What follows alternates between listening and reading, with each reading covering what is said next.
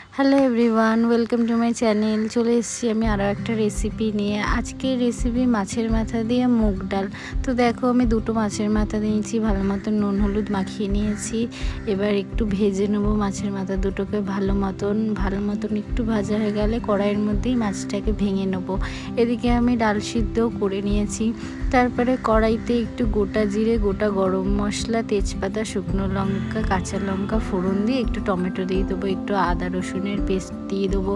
তারপরে একটু নুন, একটু হলুদ, একটু লঙ্কার গুঁড়ো দিয়ে একটু ভালো মতো নেড়ে চেড়ে নেবো। তারপরে এর মধ্যে একটু পেঁয়াজ দিয়ে দেবো। পেঁয়াজ দিয়ে একটু ভালো মতো নেড়ে চেড়ে একটু টক দই দিয়ে দেবো। তারপরে এবার যতক্ষণ না কাঁচা মশলার গন্ধটা যায় ততক্ষণ একটু এটাকে কষিয়ে নেবো। এবার কষানো হয়ে গেলে মাছের মাথাটা ভেঙে রেখেছিলাম সেটা এর ভিতরে দিয়ে একটু নেড়ে ছেড়ে নেবো ভালো মতন। নাড়াচাড়া হয়ে গেলে তারপরে এর ভিতরে সিদ্ধ ডালটাও দিয়ে দেবো, দিয়ে একটু নেড়ে তারপরে এর মধ্যে জল দিয়ে দেবো।